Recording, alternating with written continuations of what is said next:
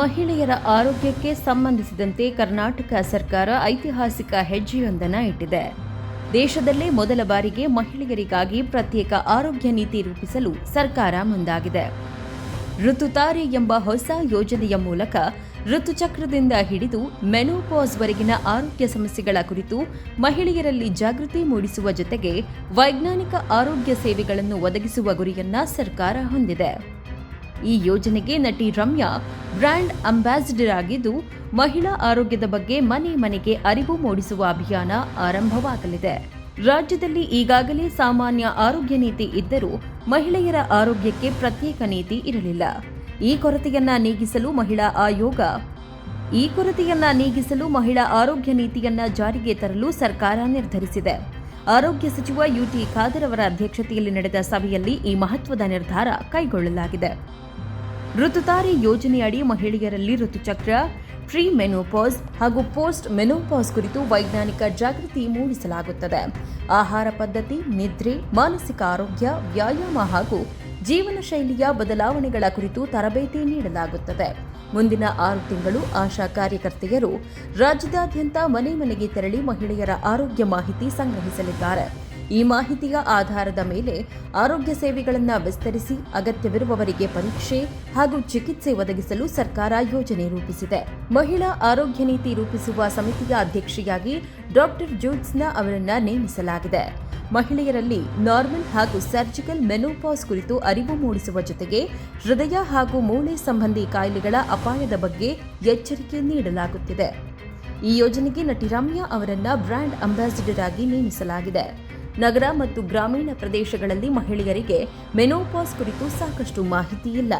ಆದ್ದರಿಂದ ರಾಜ್ಯದಾದ್ಯಂತ ಜಾಗೃತಿ ಅಭಿಯಾನ ನಡೆಸಲಾಗುತ್ತದೆ ಎಂದು ರಮ್ಯಾ ತಿಳಿಸಿದ್ದಾರೆ. ಅಗತ್ಯವಿರುವ ಮಹಿಳೆಯರಿಗೆ ವೈದ್ಯಕೀಯ ಪರೀಕ್ಷೆ ಹಾಗೂ ಸ್ಕ್ಯಾನಿಂಗ್ ವ್ಯವಸ್ಥೆಯನ್ನು ಕಲ್ಪಿಸಲಾಗುತ್ತದೆ ಎಂದಿದ್ದಾರೆ.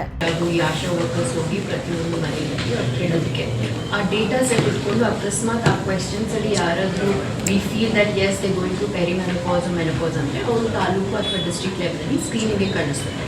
ಸೊ ಆದ ನಂತರ ದೇ ವಿಲ್ ಡಿಸೈಡ್ ಅವ್ರಿಗೇನು ಲೈಫ್ ಸ್ಟೈಲ್ ಆಪ್ಷನ್ಸ್ ಬೇಕಾ ಅಥವಾ ಮೆಡಿಸಿನ್ ಆಪ್ಷನ್ಸ್ ಬೇಕಾ ಅಂತ ಅವ್ರು ತೀರ್ಮಾನ ತಗೋತಾರೆ. My job is just to sort of create awareness. First of all, urban women ಆಗಿ ನಮ್ಮಷ್ಟು ತಿಳುವಳಿಕೆ ಇಲ್ಲ. ಇನ್ಫ್ಯಾಕ್ಟ್ ನನಗೆ ದೊಡ್ಡ ಪ್ರಾಬ್ಲಮ್ ಆಗಿದೆ ಏನಂದರೆ to find specialists. But gynaecology is a vast subject, right? So is endocrinology. But specific to 35 and above, very few people. So Dr. Jyotsna Mirle is one of the very few doctors who specializes in perimenopause and menopausal health. So ಹಾಗಾಗಿ to take her guidance and then create awareness. Esto symptoms irutte nimu namunu, but we think it is just normal. It is not normal. We have to find what is causing it, right? And then we have to get treated for it. So hagagi our guidance illa we will create the flyers, the awareness, and I will take that message forward. ಯಾಕೆ thought ಬಂತು ma'am? ಅಂದರೆ ಏನು objective ಇತ್ತು, ಏನಕ್ಕೆ approach ಮಾಡಬೇಕು ಅಂತ ಅಂದ್ಕೊಂಡ್ರೆ how did it started? I think it was like a happy coincidence. ಮುಂದಿನ ದಿನಗಳಲ್ಲಿ ರಾಜ್ಯದಲ್ಲಿ ವಿಶೇಷ women mid life health clinic ಆರಂಭಿಸುವ ಯೋಜನೆಯು ಸರ್ಕಾರದ ಮುಂದಿದೆ.